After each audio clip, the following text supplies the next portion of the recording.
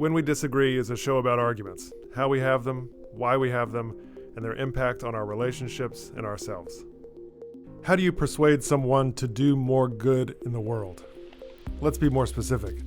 How do you persuade someone to get more involved in a good cause, let's say childhood cancer research? This is a personal cause for me, and I've spent quite a bit of time thinking about what motivates folks to donate to causes like this one. I don't have any grand conclusion here. I really wish I did. But one of the persuasive dilemmas that Aristotle talked about 2,500 years ago came up for me a lot, and others a lot, who work in this childhood cancer space. You could emphasize the credibility of the organization doing the research, or its ethos. You could show the scale of the problem to the audience, how many kids get specific cancers every year, or conversely, show the impact of donations, how X amount of money has led to Y advancements in childhood cancer treatments. Or you could, and many organizations take this route, appeal to the audience's emotions, their fear, their sadness, their anger at a world in which a kid can get cancer, or their hope that things can get better. When they, the audience, see images of kids who are sick, who have undergone radiation, of families who have lost a child to cancer, maybe that will stand out from the torrent of messages we all get and motivate them to donate money or time to a good cause. Today's guest on When We Disagree is Jay Daniels from Athens, Georgia. Jay, tell us an argument story. So this happened about a few years ago. I'd say about 3. I was dating this one girl, and she was very strong-minded, respect her to death, but there was one thing we didn't agree on. That was our views on the whole cancel culture thing. Me, personally, I believe it's a little toxic in the way it is formed. Back then, I understand what it was meant for, holding people accountable, holding people responsible for their actions and words, but she disagrees on how it is used today. Spell out for me, just so we can get our terms straight, because there's so much discourse about cancel culture in the media and on social media. What is cancel culture to you? In other words, when you were arguing about cancel culture, what were you arguing about? We were arguing about just the way it's used. I personally believe you can use cancel culture in a positive light, and forgive me if this brings up any bad memories with people, but Bill Cosby, I believe he fully deserves cancel culture. In more recent news, P. Diddy, right. I believe he deserves the cancel culture, and just a few other things. She, on the other hand, believed in smaller things like the whole controversy with the Land O'Lakes and the native on the box, which I thought was ironic. You know, they kicked the native but kept the land. And the Mrs. Buttersworth bottle and Aunt Jemima. I believe those two things shouldn't have been canceled. I believe the objects being canceled, yes, they do have some bad history, but they are an iconic brand. And so in these two instances, it sounds like, do you have a broad agreement with your former girlfriend about the utility of cancellation in some spaces? You just disagree about who and when should be canceled, or is there a more fundamental disagreement about free speech here? I believe there's yes and no. I believe that cancel culture, we both can agree that it can be necessary to help keep the public safe and actually keep people informed about who they're looking up to. Because with celebrities, we do idolize them and put them on a pedestal. So having that large of a following with whatever they say can be a bit dangerous. But in the principle, I think canceling objects like butter, syrup, Goya, the seasoning, that got canceled. And a few other things. But for the freedom of speech part, I do respect her and her choices to disagree on some things, but I feel like she's taking things to a bit of an extreme. What does cancellation mean to you, and what does cancellation mean to her? And I ask this because I really struggle with the term. Specifically, it's a very slippery term. In other words, if I as an individual unfollow somebody because I don't like them, it's not like I've engaged in cancellation because I don't have that kind of a power. I'm just turning my attention somewhere else. if Bill Cosby, for instance, gets quote unquote canceled, it's in part a cultural reaction to his crimes, but it's also because he went to jail, right? Or should have gone to jail. And the same is true perhaps for Diddy. The same is true for the Weinsteins of the world and so forth. So there's a kind of legal arm of cancellation. And then, of course, there's the broader cultural aspect of, let's say, there's a quote unquote Karen has a video, and then some folks on the internet, some sleuths figure out where this Karen works, and then that company fires Karen for her actions as a private citizen. And that is, to me, also a completely different part of this. So back to the central question, what are you talking about when you talk about cancellation, and what was your former partner talking about when she talked about cancellation? And you hit on both subjects pretty well. I'm more talking about the legal aspect, about the crimes people do and they hold, and they should be held accountable. While she's more talking about like the Karen that's blabbing about something that may be ignorant, but not necessarily bad in their situation, just depending on their context. I believe both can be good, just due to a certain extent, but like with all good things, only in quantities. If we just go around canceling everything, life's not going to be enjoyable. Of course, we're going to disagree with things, but what about the things we do agree with? Are we a bad person just for liking something? If she was here, how would she characterize her position? Would she characterize her position as saying we need to cancel more often than we don't? Or that even if we overcorrect a little bit, that's good to compensate for many past injustices that went unpunished? Or would she say we need to go around canceling everything? Honestly, I still talk to her to this day because good friend of mine. I actually asked her if I could talk about this before we came on here, just full respects to her. Awesome. Because I'm a little scared of her.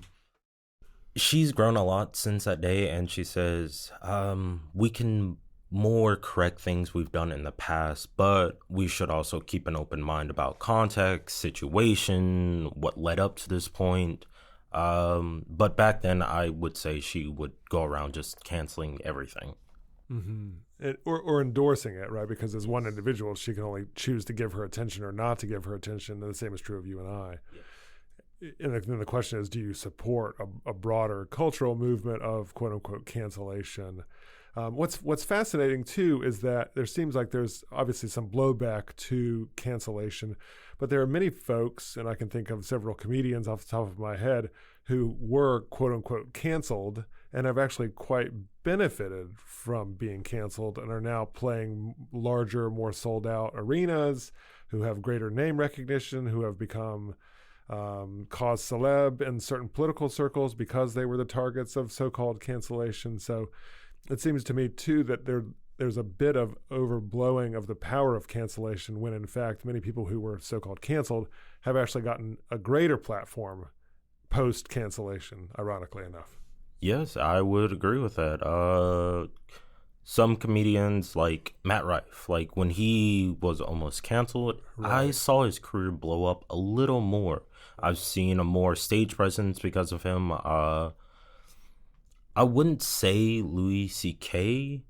benefited from that, but I do see him expanding his portfolio from just stand-up comedy to more acting to I think he was trying to go into music for a little bit, but that's not my point. Was this dispute, let's talk about why this dispute has stuck with you. It sounds like it's possible for two reasons. One, it's a dispute that's stuck with many of us, perhaps all of us, because it's such a prominent part of the culture and it's a kind of choice about attention and broader endorsements that we all have to make. But then secondly, it's an important flashpoint in your relationship. So talk a bit about why you think this particular disagreement with your former girlfriend has stuck with you.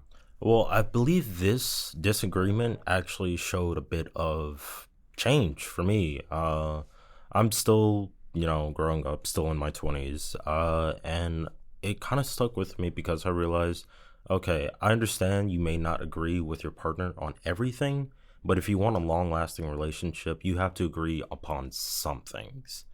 And this just kind of stuck with me.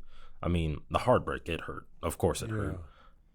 But I actually feel grateful for like her time and everything, because this showed me more about me. This showed me the ways I need to grow as a person, and it just showed me, hey, you may like this one person, but come on, let's be real. This wouldn't last for more than past 3 years. There's an idea in rhetoric and philosophy called a perspective by incongruity, which is where you can learn more about an object by looking at the opposite of that object. In other words, we learn from that kind of attention. You think that you need to study a text, let's say the Bible or the Constitution, and then you can actually learn so much more about that text than by reading its opposite conclusions. The same is true of relationships. It sounds like you're saying that, of course, you can learn about how you feel by thinking about how you feel and reading articles that confirm how you already feel. Or you can engage with somebody who you know and love very well and figure out to what extent you feel the way you feel. How far are you willing to go for your ideas? And what does that say about you? And this says about me that, hey, like, I've made a mistake and I may not know everything. I really need to put myself out there more. I need to actually be open-minded to different ideas, philosophies, and whatnot, because I know I can be a bit arrogant sometimes when it comes to certain things. But for me, I think actually looking at someone instead of looking at the opposite can be a lot more beneficial. Because it's easy to say, I don't want this, I don't want this, I don't want that. But do we actually know what we truly want in a person until we're face to face? Or not even just with a person, with a thing, with an idea, with a concept? Did you learn more about what you want by engaging in this dispute over cancel culture? Yes, I did. I learned that sometimes I need to be a little more critical about the, I guess I'm going to, idols, and I put that in quotes, that I hold, because I could love something to death, but I could also be blinded by that same thing. I used to be a really big Kanye fan. Until I started looking more into his personal life, and it just started leaking into his music, and I just couldn't feel the same way. Like, I know for my parents, a same situation would be like R. Kelly. Yeah, Michael Jackson. Yeah, Michael Jackson. A bunch of famous names that seem really great on stage and on camera, but once you actually look at their personal life, they start getting a really bad reputation. That's right. And then, so it sounds like, at least in these instances, you've really engaged the broader person that a Kanye and R. Kelly, Michael Jackson are, separate from their art. Yes. And then have found yourself increasingly uncomfortable listening to their art, experiencing their art, endorsing their art. And then on the other hand, you're also saying that perhaps we as individuals cancel too much. Yes. How do you square those two? I square those two is, honestly, I'm still figuring out myself. I'm in the in-between. I like the artist, but maybe not the art. Or, sorry, I have that backward. I like the art, but not the artist. There becomes a certain point to where you can't separate those two. And you're following blindly, honestly, at this point. You can enjoy the art. Like, I used to get down to, like, bump and grind. But as I get older and stuff, it kind of feels wrong. Especially, like, knowing what he's did and the whole kind of... When was it? Like, the whole court case with him. Yeah. It's not important, but you see more of that into their art. So, honestly, squaring away, if it's something small, like they had a public meltdown and stuff, and they just kind of lost their mind. Okay, yeah. Team Z, they can be ruthless. Sure. But once they're actually doing something that's like federally wrong, morally wrong, you can't separate that. Like, what's that actor's name? He shot the dude on set. Alec Baldwin. Alec Baldwin, yes. I don't believe he deserves to be canceled because that was an accident. Firearm went off and it was actually loaded. He shouldn't be canceled for that. Yes, technically, he did put a man down, but at the same time, it wasn't his intention to actually kill a man. Right. We're all flawed in some way, shape, or form. And so if you keep looking very hard for, let's say, a sinner's sins, then we're each going to find something in one another that's cancelable. Exactly. You said something that really struck me, and maybe we'll close on this point, which is at some point you can't separate the artist and the art. And you learn this in conflict with a previous girlfriend. Yes. What is that point for you? And I realize very much that you're still feeling this out, at what point this is, and as all we are. Yes. And as I currently am. But at what point is that for you? You've said a little bit, like, for instance, if they've committed consistent federal crimes or done something that's hideous and monstrous over a number of years, I think that's a pretty good standard. Is there anything south of that, other points at which you can't separate the artist from the art? Other points, yes, there's multiple things. Of course, federally crime, that's always bad. Moral crimes, and just, honestly, things I'd like to consider human crimes. Like, things you can do in your daily life that have some situation that you can apply to them. Like, sleeping with your best friend's mom. That's obviously a big no. Talking bad about, I don't know if you're married, but your best man's wife. You wouldn't speak ill on her name. I believe we should hold these artists the same standards we hold ourselves. I believe we shouldn't just let them off just because, oh, they made this, or, oh, they're doing this and this for charity. I believe they should be held responsible like we hold each other responsible. They are still part of the human masses like we are. Jay, thank you very much for being on When We Disagree. Thank you.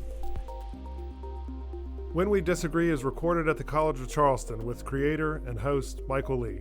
Recording and sound engineering by Jesse Kunz and Lance Laidlaw. Reach out to us at whenwedisagree@gmail.com.